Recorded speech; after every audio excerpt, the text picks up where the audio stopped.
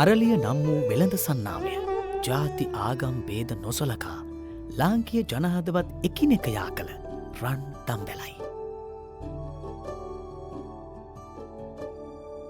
අරලිය යන වෙළඳ සලකුණ අරලිය මලක් සේම ප්‍රභාමත්ය සුවඳවත්ය. එහි පහස ලබා එහි සුවඳ විද තම ජීවිතවලට ආලෝකය ලබාගත් අඩු වරප්‍රසාදලාබී පවුල් ගණනාවකි.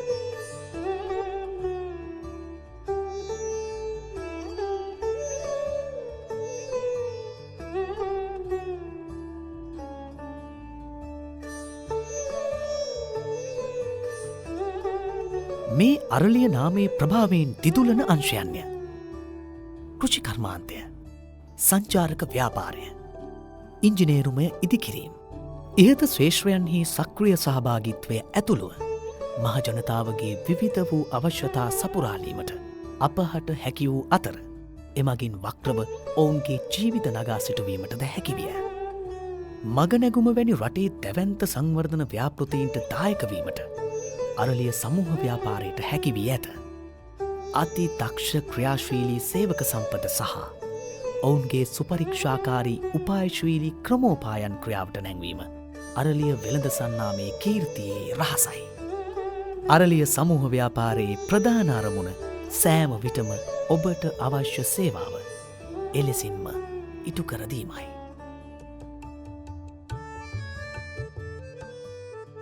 අරලිය සමූහ ව්‍යාපෘති සභාපති ඩඩ්ලි සිරිසේන මැතිතුන් විසින් හාල් නිෂ්පාදන ශේෂ්ත්‍රයේ වසර ගණනාවක පළපුරුද්ද අත්දැකීම අනුව මම හිතන්නේ සහල් නිපදවීම සඳහා වී වගා කරන ගොවි මහත්තුන්ගෙන් මිලදී ගන්නා වීවල ගුණාත්මක තත්ත්වය බොහොම පහත මට්ටමකට වැඩිලා තියෙනවා.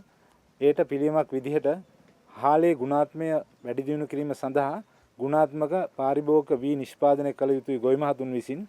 එම ගුණාත්මක වී නිෂ්පාදනය කිරීමේදී බලපාන ගැටලු සම්බන්ධයෙන් ගරු සභාපතිතුමන් විසින් මම හිතන්නේ හැම අවස්ථාවකදීම සාකච්ඡා කළා මේ විදේශ ආයතන වල විශේෂඥ මහතුන් විශේෂයෙන්ම පිලිපීනයේ හාල් නිෂ්පාදනය යටින් උසස් තත්ත්වයේ සිටින රට ජාත්‍යන්තර සහල් පර්යේෂණ මධ්‍යස්ථාන පිහිටා තිබෙන්නේ පිලිපීන රටේ. එතකොට පිලිපීන රටේ උසස් තාක්ෂණ දැනුම තියෙන විද්‍යාඥයන් හා චීන රජයේ තාක්ෂණ දැනුම උපයෝග කරගෙන කටයුතු කරන විද්‍යාඥයන් සමග එක්ව මේ වී අස්වැන්න වැඩි කිරීමේ උපාය මාර්ග ශ්‍රී ලංකාවේ කෘෂි දේශගුණයට අනුව කොහොමද කරගෙන යන්නේ කියලා ඒ සාකච්ඡා වලින් ඒ විද්වත් මණ්ඩලය එක්ව විවිධ පර්යේෂණ කළා. ශ්‍රී ලංකාවේ කෘෂි දේශගුණයට ගැලපෙන පොහොර වර්ග කීපයක් නිකුත් හදලා ඒවා මම හිතන ගොවි මහතුන්ගේ වගා බිම්වල ශේෂ්ත්‍ර අධ්‍යයන මට්ටමේ ක්ෂේත්‍ර අතදා බැලීම් මට්ටමින් වසර කීපයකට පෙර කරගෙන ඇවිල්ලා තියෙනවා. අරලිය ඇග්‍රෝ හෝල්ඩින්ස් පුද්ගලික ආයතනය විශේෂයෙන්ම අප ආයතනයට සම්බන්ධ ගොවි මහතුත් එක්ක කටයුතු කරගෙන යාමේදී ඒ ගොවි මහතුන්ගේ කෘෂිකාර්මික අවශ්‍යතාවයන් උදෙසා මම හිතන්නේ අපි පැය 24 පුරාම සැදී පැහැදී සිටින අවශ්‍ය තාක්ෂණික උපදෙස් ලබා දෙන්න. ඒ වගේම ගොවි මහතුන්ගේ කෘෂිකාර්මික වගාවන් වගා ශේෂ්ත්‍ර වලට ගිහිල්ලා අපි වගා ශේෂ්ත්‍ර පරීක්ෂා කරලා බලලා අවශ්‍ය දැනුම හුරුව ලබා දෙන්න. ලොවක් දිනන්නට රටක් තනන්නට හදන අපි රටක් දිනන්නට නම් බත පුලතින් අපි සරුසාර විය යුතු බව දැන සිටියාද? රසකර අනාකන බත් පතට වටිනාකමක් එක් කරන්නට සිතුවිල්ලකින්වත් ගොයම සරුසාර කරන ගොවියාට වටිනාකමක් එක් කරන්නට මේ හොඳම කාලයයි. පුරාතනයේ සිට අපිට අභිමානය සැපයූ ගොවිතැන මඩ සෝදාගත් කල රජකමට සුදුසු ගොවියා රජ කරවන ගෞරවනීය නවාතැන අරලිය සහල් නිෂ්පාදන. ගමක් ගමක් පාසා අපේ අභිමානත්වය සහල් වලින් අටුකොටු පිරවෙන දිනය අතලගයි.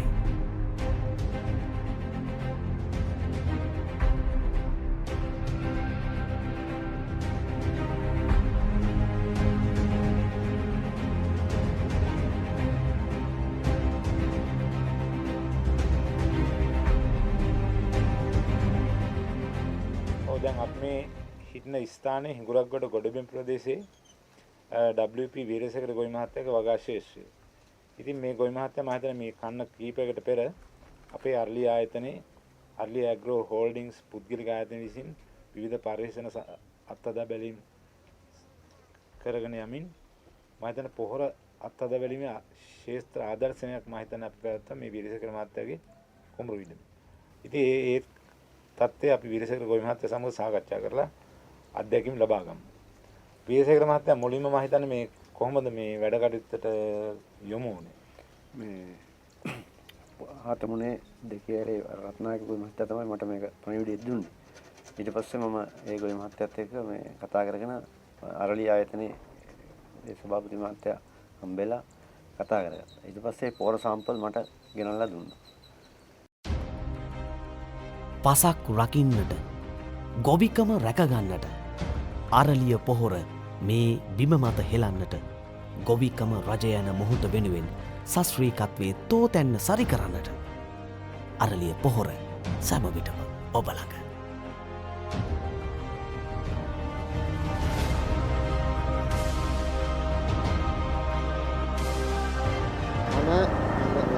එච්.එස්.එන් ජයවර්ධන ගොවි මහතා මේ කුරක්ගොඩ නිර්මාවත මගේ ගොවිගුණේ සිට මේ කතා කරන්නේ.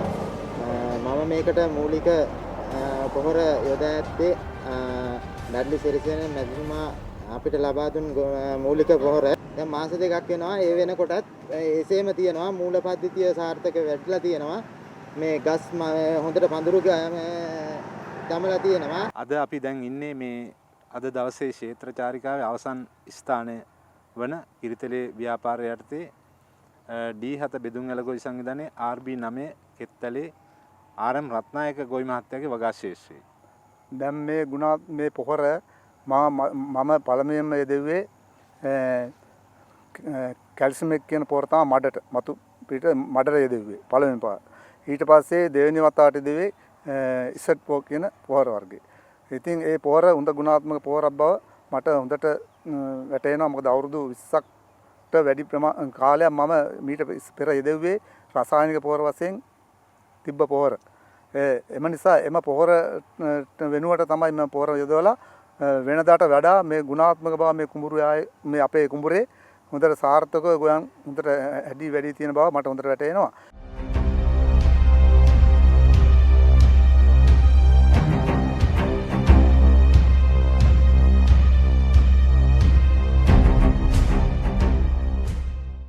අරලිය ඇග්‍රෝ හෝල්ඩින් ආයතනය ආරම්භ කරන්න ප්‍රධාන වුණ හේතු සාධක කීපයක් තියෙනවා. එකක් තමයි අපි මේ සම්බන්ධව චීනය සහ පිලිපීනය සමග සාකච්ඡා කිරීමෙන් අනතුරුව අපිට මූලික වශයෙන් සිද්ධ වුණා අපි ට්‍රයල් එකක් කරන්න මේ ගොවි ජනතාවත් එක්ක සම්බන්ධ වෙලා අපි මේ අලෙවි කරන්නට සැලසුම් කරන පොහොර පිළිබඳ අපි යම් සමීක්ෂණයක් කරා වසරක් එකහමාරක් වගේ කාලයක් තුල. එහි ලැබුණ ප්‍රතිඵලත් එක්ක අපිට අපේ පිලිපීන විශේෂඥයෝ චීන විශේෂඥයෝ අපිට විශේෂයෙන් උපදෙස් දුන්නේ අපි ගොවි ජනතාව මේ පොහොර භාවිතය පිළිබඳ යම් කිසි දැනුවත් කිරීමක් කළ යුතුයි කියන යෝජනාව. ඉතින් ඒ අනුව අපේ ගරු සභාපතිතුමා ඩල්ලි සිරිසේන මැතිතුමා විශේෂයෙන් මේ ගොවීන් එක්ක තියෙන සම්බන්ධතාවය පදනම් කරගෙන අපි ව්‍යාපෘති 3ක් යටතේ ඇග්‍රෝ හෝල්ඩින් ආයතනය ක්‍රියාත්මක කරන්න තීරණය කරා. ඒකෙන් වැදගත්ම ව්‍යාපෘතිය ලෙස සලකන්නේ අපි විශේෂයෙන් පොහොර ලංකාව තුල මේ ප්‍රදේශයට අවශ්‍ය පොහොර නිෂ්පාදන ආයතනයක් ආරම්භ කරන්නට. ඒක ගැන අපි විශේෂයෙන් අවධානය යොමු කරලා මේ පොහොර නිෂ්පාදන ආයතනය ආරම්භ කරන්න කටයුතු කරන්න අපි සැලසුම් කරගෙන යනවා.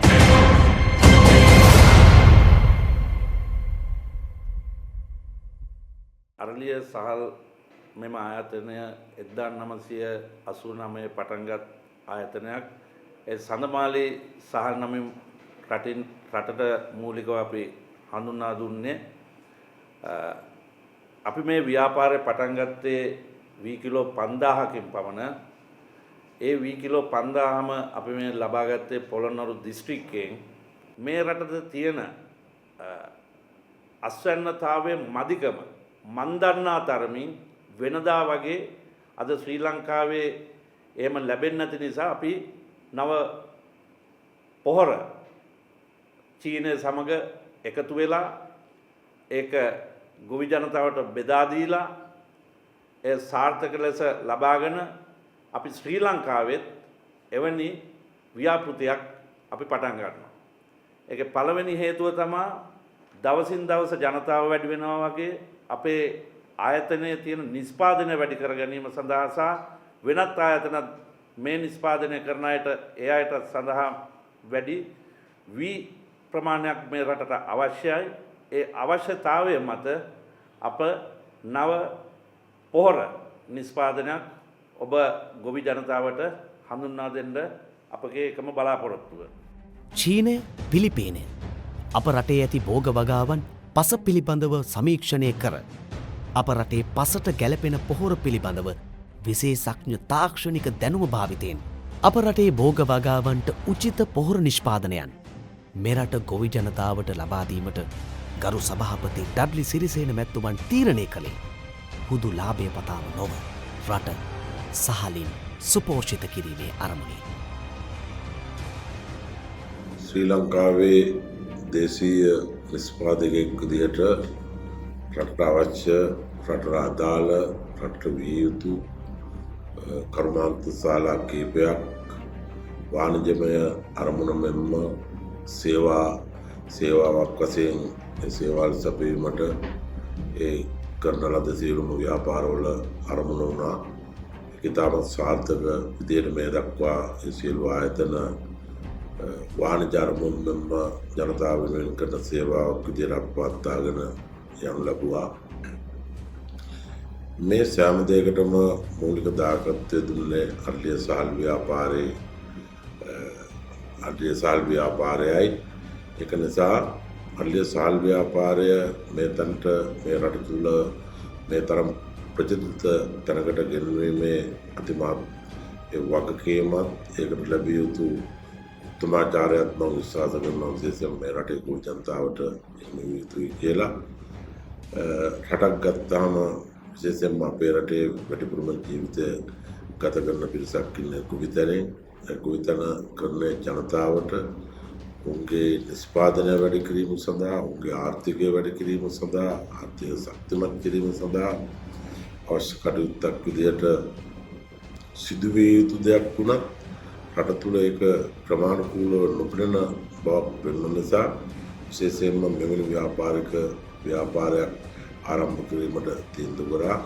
මේ ව්‍යාපාරය ආරම්භ කිරීමට පෙර මේ හා සම්බන්ධව මම මෙව සාර්ථකව කරගෙන යන ලබන රටවල් පිලිපීන, චීනය, ඉන්දියාව වගේ රටවල් වලට ගිහිල්ලා බලලා ඇවිල්ලා තමයි මේ තීන්දුව ගත්තේ.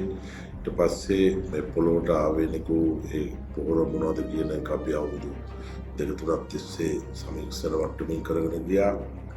ඒ අවසාන ප්‍රතිඵලයක් වශයෙන් මේ රටට උචිත ගොවියාගේ ආර්ථිකය ශක්තිමත් කිරීම සඳහා අවශ්‍ය වී ගොවිතැන, එළවලු ගොවිතැන, තේපොල් රබර් වැනි සියලුම ගොවිතැන් වලට සරලන විදිහේ පොහොර නිෂ්පාදනය කිරීමේ කර්මාන්ත ශාලාවක් මේ රට තුළ ආරම්භ කිරීමට තීන්දුව කරා.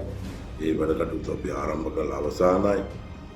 දැන් මේ නිෂ්පාදන අපි රට තුළ බෙදා හැරීමට අවශ්‍ය කටයුතු කරගෙන යනවා. ඒ තුළින් මේ රටේ විශේෂයෙන්ම ගොවි ජනතාවගේ ආර්ථික ශක්තිය වැඩි දියුණු කිරීම අපි අරලිය සමූහ ව්‍යාපාරයේ අනිත් ආයතන මෙන්ම රටේ ජනතාවට සුවිශේෂ වූ මේ පොහොර ලබා දීලා ගොවියාගේ ආර්ථිකය ශක්තිමත් කිරීම තමයි මේකෙන් මම බලාපොරොත්තු වුණේ. එම සාර්ථකත්වයේ අභියෝගයත් මුතුරු අනාගතයේම මා ජය ගන්නා බවත් විශේෂයෙන් මතක් කරන්න ඕනේ. ඒ වගේම ගොවියන් විසින් මේ රටේ ජාතික නිෂ්පාදනයට ඒ දීපු ජාතික ශක්තිය වඩාත් දියුණු කළා. මේ තුලින් විශේෂයෙන්ම ගොවියන්ට පොහොර යෙදවීම ගොවිතැන පිළිබඳ ඉතාමත් පහසුවෙන් අවබෝධ කර ගැනීමට හැකි අධ්‍යාපන ක්‍රමවේදයක් ඒ වාගේ ක්‍රම ඇතුළත් කළා තමයි මම මේක හදලා තියෙන්නේ. ඒක නිසා මෙහි ප්‍රතිඵල මේ රටේ විශේෂයෙන්ම ගොවි ජනතාව ලබාගෙන මේ රටේ මහත් පරිහානියට පත් වෙලා තියෙන විශේෂයෙන්ම විදේශ මුදල් මේ ඩොලර් පිළිබඳ ගැටලුවටත් මේකෙන් විශේෂ දායකත්වයක් ලැබෙනවා. ඒක නිසා දේශීය වශයෙන් නිෂ්පාදනය කරලා දේශීය ගොවියාගේ ආර්ථික ශක්තිය දියුණු කිරීමට මේ වැඩපිළිවෙල ඉතා මහත් වැඩපිළිවෙලක් වේ කියන විශ්වාසය මගේ විශේෂයෙන්ම ගොවි ජනතාවට මේ රටේ විශේෂයෙන්ම මා පවසන්න කැමතියි. ගරු සභාපතිතුමන් ජාත්‍යන්තරයට දිගු කළ මිත්‍රත්වයේ දෑත මෙතැන් පටන් සුවහසක් ගොවි ජනතාවගේ සුභසිද්ධිය වෙනුවෙන් යොදවන්නට අරලිය ඇග්‍රෝ හෝල්ඩිංස් සැමවිටම සූදානම්. මෙතෙක් වෙලා අපි ඔබට කිව් අරලිය ඇග්‍රෝ හෝල්ඩිංස් ආයතනයේ ප්‍රධාන අරමුණු 3ක් තිබෙනවා. එනම් මේ රටේ පසට සහ භෝගයන්ට හිතකර පොහොර නිෂ්පාදනයේ ඇති අපහසුතාවය නිසා විශේෂඥ කෘෂිකර්මාන්තික දැනුමකින් යුක්තව චීනය, පිලිපීනය වැනි රටවල් වලින් ගුණාත්මක පොහොර ආනයනය කොට ගොවියන් අතට පත් කිරීම. කාබනික ද්‍රව්‍ය භාවිතයෙන් ගුණාත්මක පොහොර නිෂ්පාදනාගාරයක් ඇති කිරීම. ගොවි ජනතාවගේ කෘෂිකර්මාන්තය පිළිබඳව අධ්‍යාපනයේ නගා සිටුවීමට අදාළ උපදෙස් මූල්‍ය පහසුකම් තුළින් ඔවුන් කෘෂිකර්මාන්තයට නැඹුරු කිරීම. එවගේම කෘෂිකර්මාන්තය හැදෑරීමට කැමති ඕනෑම කෙනෙක් වෙනුවෙන් කෘෂි පාඨමාලා තුළින් දැනුවත් කිරීමේ ව්‍යාපෘතිය. රටේ ජාතික ධනය අතිවිශාල ප්‍රමාණයක් විදේශවලට යවලා ගෙන්නන ලබන රසායනික පොහොර වලින් තමයි රටේ කෘෂිකර්මාන්තය කරන්නේ. ඇත්ත වශයෙන්ම අතිවිශාල ධනස්කන්ධයක් ඒ කියන්නේ බිලියන 35ක වගේ මුදලක් පොහොර ආනයනය සඳහා විදේශවලට යොමු කරනවා. ඉතින් මේ සම්පූර්ණ මුදල් රටින් පිටට යනවා. ඒ වගේ කාලෙක අරලිය ඇග්‍රෝ හෝල්ඩිංස් සමාගම විදේශ වලින් තාක්ෂණයේ සහිත විශේෂඥයන් ගෙනල්ලා පොහොර වර්ග ආනයනය කළා. රට තුල අපේ රටේ ගොවීන්ට ගැළපෙන, අපේ පසට ගැළපෙන, අපේ පරිසරයට ගැළපෙන පොහොර නිෂ්පාදනය කිරීමේ කර්මාන්තයක් ආරම්භ කරලා තියෙනවා. ඇත්ත වශයෙන්ම අපි සතුටු වෙන්න ඕන ලංකා ඉතිහාසයේ පළමු වතාවට මේ වගේ කර්මාන්තයක් රට තුල ඇති කළා. මේ රටේ ජාතික ධනය ආරක්ෂා කිරීම සම්බන්ධයෙන් අපි ස්තුතිවන්ත වෙනවා අරලිය හෝල්ඩිං සමාගමට. ඒ වගේම අපි සුබ පතනවා මෙම කර්මාන්තය වැඩි දියුණු වෙලා රටේ පොහොර අවශ්‍යතාවය අපේ රටට ගැලපෙන පරිදි අපේ ජනතාවට අවශ්‍ය පරිදි සකස් කිරීමට අරලිය ඇග්‍රෝ හෝල්ඩිං සමාගමට ධෛර්ය ශක්තිය ලැබේවා කියලා. රජකමට සරිලන හෙටක් තනන රටක් වෙනුවෙන් ගොවිකමේ අභිමානය අදත් හෙටත් මතු අනාගතයේත් රකින්නට නිබඳවම අපි සූදානම්. අපි අරලිය පොහොර සමග ඇග්‍රෝ හෝල්ඩිංස්